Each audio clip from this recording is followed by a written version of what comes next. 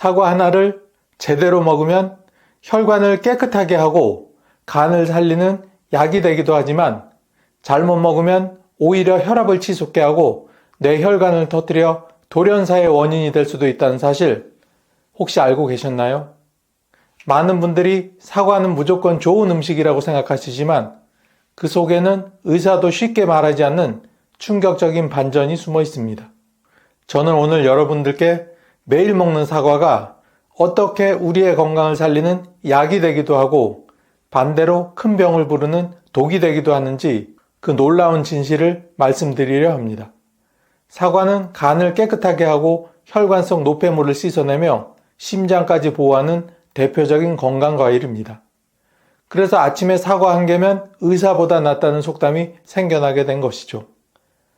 그런데 여러분, 이렇게 좋은 사과도 잘못된 음식과 함께 먹으면 효능이 단번에 사라지고 오히려 위를 망가뜨리거나 혈압을 치솟게 해 심하면 뇌혈관 사고까지 부를 수 있다고 하니 참 충격적이지 않으신가요? 하지만 너무 걱정하지 않으셔도 됩니다. 올바르게 먹기만 하면 사과는 여전히 최고의 천연 보약입니다. 오늘 영상에서는 사과의 대표 효능부터 절대 같이 먹으면 안 되는 위험한 조합, 그리고 안전한 대안까지 차근차근 알려드리겠습니다.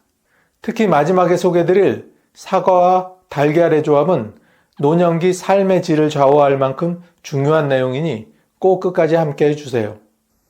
그리고 한 가지 더, 이렇게 중요한 사실을 병원이나 제약회사가 먼저 알려주지 않는 이유가 있습니다. 바로 이를 알게 되면 약을 덜 먹게 될 수도 있기 때문이죠. 하지만 오늘만큼은 제가 이 시간을 통해 낱낱이 알려드리도록 하겠습니다. 사과와 절대 같이 먹으면 안 되는 음식 첫 번째는 당근입니다. 여러분, 뇌졸중 들어보셨죠?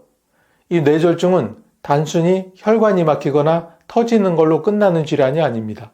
한번 오게 되면 반신마비, 언어장애, 기억력 상실 같은 후유증이 평생 따라붙게 되죠. 그래서 무엇보다 예방이 중요합니다.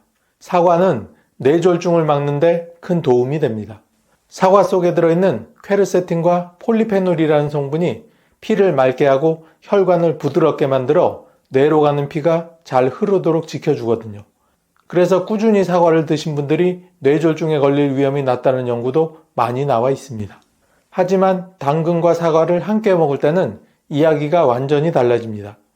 당근은 칼륨과 베타카로틴이 풍부한 채소인데 이 성분들이 체내에서 대사되는 과정에서 사과의 당분과 만나면 일시적으로 혈중 칼륨 농도가 높아지고 혈당이 출렁일 수 있습니다. 중요한 혈압과 혈당이 동시에 요동치면 어떤 일이 벌어질까요?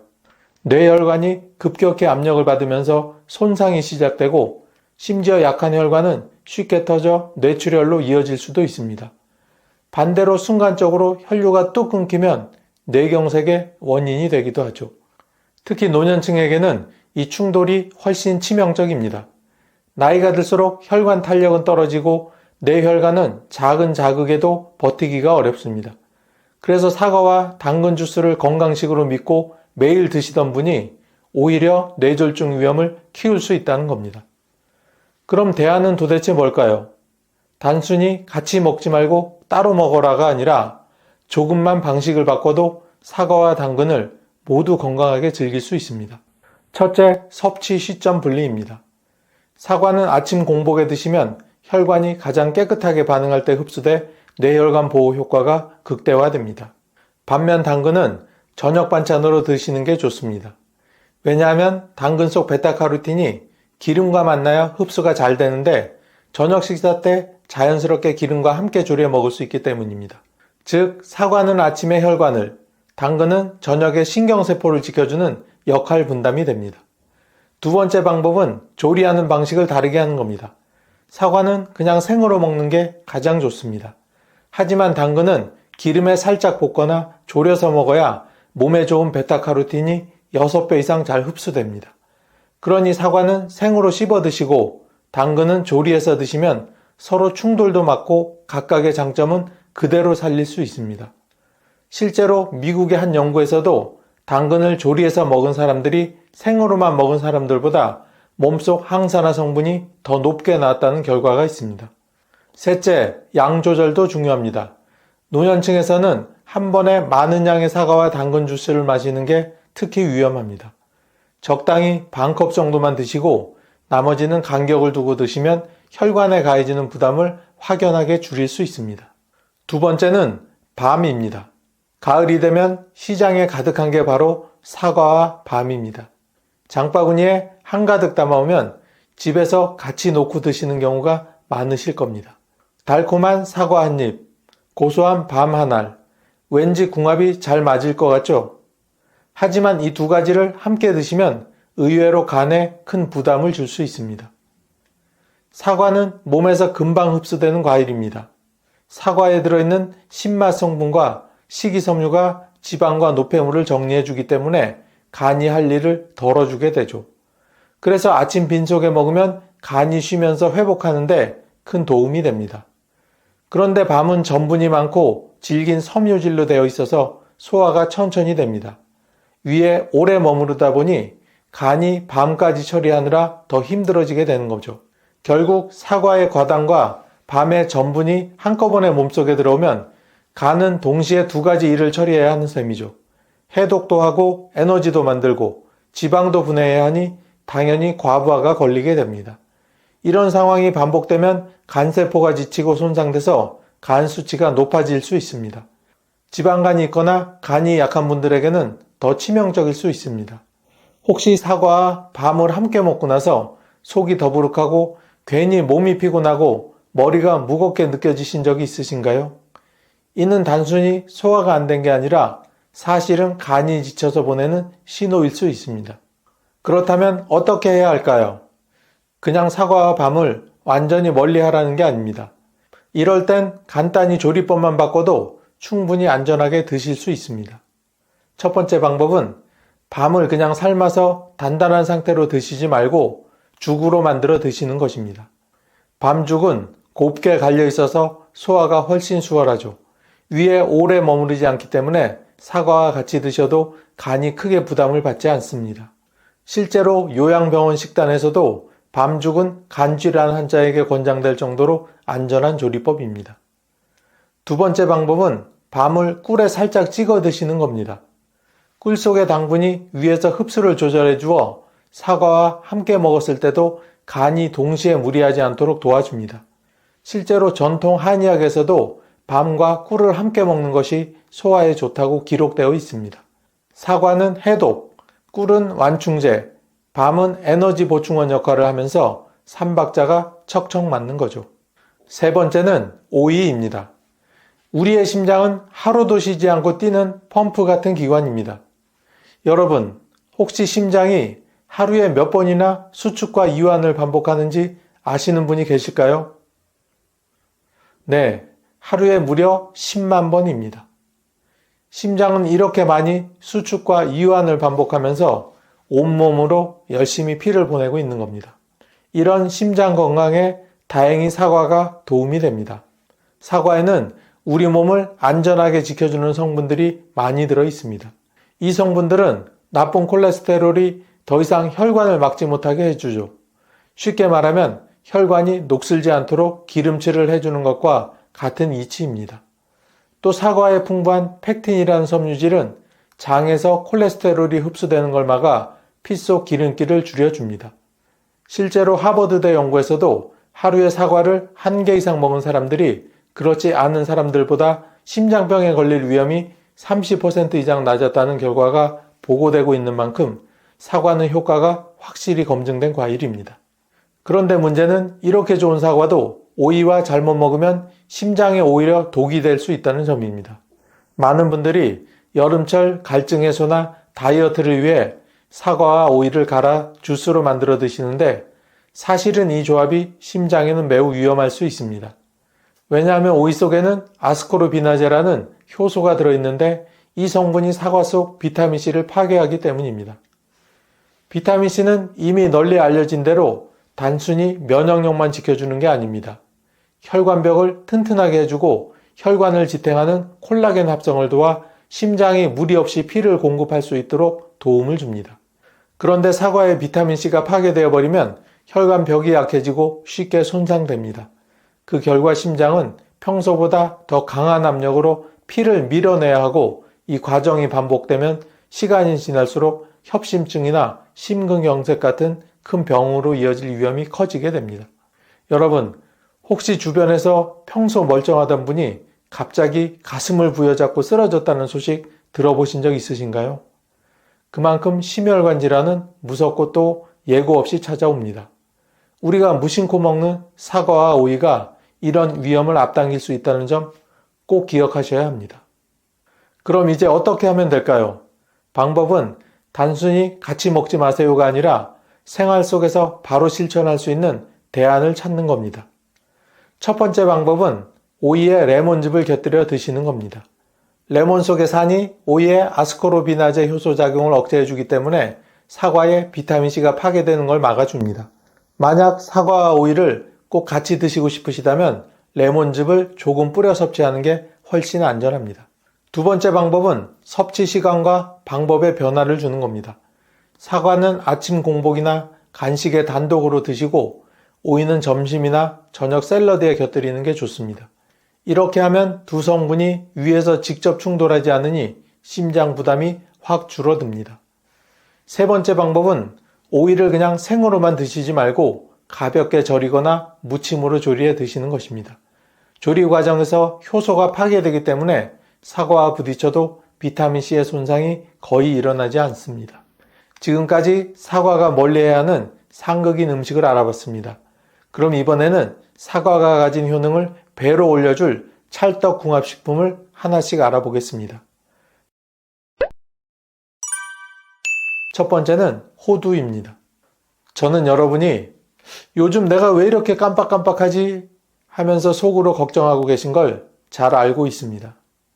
열쇠를 두고도 어디 뒀는지 기억이 안 나고 약을 먹었는지 안 먹었는지 헷갈릴 때마다 이러다 치매 오는 건 아닐까 불안해 하시죠. 저도 가까운 어르신들이 그런 고민을 하시는 걸 많이 봐서 이게 얼마나 마음을 무겁게 하는지 잘 알고 있습니다. 사과와 호두는 이런 두려움을 덜어주는 아주 든든한 조합입니다. 사과 속 껍질에 풍부한 퀘르세틴이 뇌세포가 산화로 인해 손상되는 걸 막아줍니다. 또 사과의 비타민C와 폴리페놀은 뇌혈관의 염증을 줄여 뇌로 가는 혈류를 안정시켜주죠. 덕분에 뇌세포가 오래도록 건강하게 유지됩니다. 여기에 호두가 더해지면 뇌 건강은 훨씬 좋아집니다. 호두에는 오메가3 지방산이 풍부한데 이 성분이 뇌세포의 막을 유연하게 해 신호 전달이 원활해지고 기억력과 집중력이 좋아집니다. 또한 호두의 비타민 E는 뇌 속에서 발생하는 활성산소를 억제해 뇌 노화를 늦춰줍니다. 쉽게 말해 사과가 뇌세포를 지켜주는 방패라면 호두는 뇌신경을 튼튼히 세워주는 벽돌인 셈이죠. 실제로 미국 하버드대 연구진이 수천 명을 대상으로 10년간 추적 조사한 결과 사과와 호두를 꾸준히 먹은 사람들의 인지기능 저하 속도가 눈에 띄게 늦춰졌다고 합니다. 저도 이 연구 결과를 보면서 우리가 식탁에서 조금만 신경 쓰면 머리를 맑게 지킬 수 있다는 게 얼마나 고마운 일인지 새삼 느꼈습니다. 드시는 방법은 아주 간단합니다. 아침에 사과 반 개를 얇게 썰어 호두 한 줌과 함께 드시면 됩니다. 그냥 씹어 드셔도 좋고 샐러드로 만들어도 좋습니다. 꾸준히만 드시면 어느 순간 머리가 한결 맑아지고 대화 도중에 단어가 잘 떠오르는 걸 스스로 느끼실 수 있을 겁니다. 여러분, 저는 진심으로 이 말씀을 드리고 싶습니다. 치매는 환자 본인보다 가족이 더 힘들어지는 병입니다. 하지만 지금 사과와 호두를 챙겨 드시는 작은 습관이 여러분의 소중한 기억을 오래도록 지켜줄 수 있습니다. 이 작은 노력이 평생을 좌우할 수 있다는 걸 꼭 마음에 새겨 두셨으면 합니다. 두 번째는 시금치입니다. 혹시 요즘 무릎이 너무 시큰거려서 계단 오르기가 겁나시진 않나요? 밤에 자다가 다리가 쑤셔서 잠에서 깬 적도 있으시죠? 제 주변 어르신들 중에도 이런 증상으로 힘들어 하시는 분들이 참 많습니다.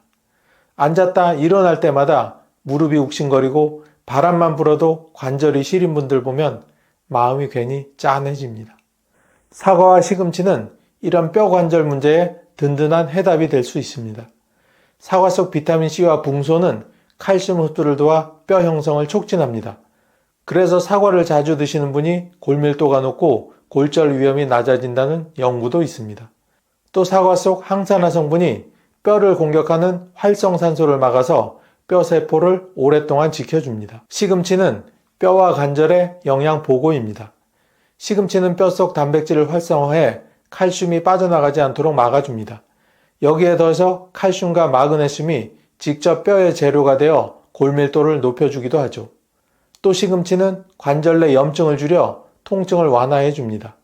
그래서 사과와 시금치가 만나면 뼈를 지키고 관절을 부드럽게 하는 시너지 효과가 훨씬 커집니다. 이것도 드시는 방법은 매우 간단합니다. 사과와 시금치를 함께 갈아서 주스로 드시면 좋습니다. 단 시금치 속 지용성 성분을 흡수하려면 올리브유 몇 방울을 넣어주는 게 포인트입니다. 뼈와 관절은 한 번 손상되면 회복이 정말 어렵습니다. 낙상 한 번에 평생 거동이 불편해지는 분들을 저는 많이 봐왔습니다. 그렇기 때문에 사과와 시금치를 챙겨 드시는 것이 내일의 자유로운 걸음을 지켜주는 가장 확실한 방법입니다. 세 번째는 달걀입니다. 주변에 많은 어르신들이 겉으로는 티를 안 내고 계시지만 점점 다리에 힘이 없어져 움직이는 게 예전 같지 않다고 걱정을 많이 하고 계십니다. 남에게 드러내기도 민망해 혼자서 감당하고 계신 그 마음 저는 잘 알고 있습니다. 사실 이런 불편함은 단순히 기력이 떨어진 게 아니라 근육이 줄어드는 근감소증 때문입니다. 근육이 줄어들면 다리에 힘이 없어지는 건 물론이고 균형을 잘 잡지 못해 낙상 위험도 커집니다. 낙상은 어르신들에게 아주 무섭습니다. 작은 충격에도 골반이나 대퇴골이 쉽게 부러지게 되고 수술을 받아도 회복이 더디며 심하면 거동이 거의 불가능해지는 경우도 많습니다. 제가 본 어르신들 중에도 한번 넘어지신 뒤로 휠체어에만 의지하며 쓸쓸히 노년을 보내시는 분들이 정말 많이 계십니다. 그래서 근육을 지키는 게 단순히 운동 문제가 아니라 삶의 질을 유지하는 중요한 문제라고 말씀드리고 싶습니다. 그렇다면 우리는 어떻게 근육을 붙잡을 수 있을까요? 바로 사과와 달걀의 조합 속에 그 비밀이 있습니다. 사과는 겉으로 보기에 단순한 과일 같지만 근육 건강에도 꼭 필요한 역할을 합니다. 사과 속에 풍부한 폴리페놀은 근육 속에서 쌓이는 산화 스트레스를 줄여 근육세포가 오래도록 건강하게 유지되게 합니다. 또 혈액순환을 원활하게 해서 근육에 산소와 영양이 잘 공급되도록 돕기도 하죠. 근육은 혈류가 막히면 금방 약해지고 회복도 더디게 됩니다. 사과는 이 혈류를 맑게 해 근육이 제 기능을 하도록 도와주는 겁니다. 여기에 달걀이 더해지면 어떻게 될까요? 달걀은 완전식품이라 불릴 만큼 고품질의 단백질이 풍부합니다. 특히 필수 아미노산이 균형 있게 들어있어서 근육 합성에 최적화된 식품이기도 하죠. 나이가 들면 단백질 소화 흡수력이 떨어져 아무 단백질이나 먹는다고 해도 근육 합성에 잘 쓰이지 않는데 달걀 흰자는 흡수율이 무려 90% 이상이라 노년층에게 부담이 거의 없습니다. 또 노른자에는 비타민 D와 콜린, 아연이 들어있어 근육 형성뿐만 아니라 뼈 건강, 신경 건강까지 같이 지켜줍니다. 실제로 일본 도쿄대학 연구에서는 노인들을 대상으로 하루에 달걀을 꾸준히 섭취한 그룹과 그렇지 않은 그룹을 비교했을 때 달걀을 먹은 그룹에서 하지 근육량과 보행 속도가 확연하게 개선됐다는 결과가 있었습니다.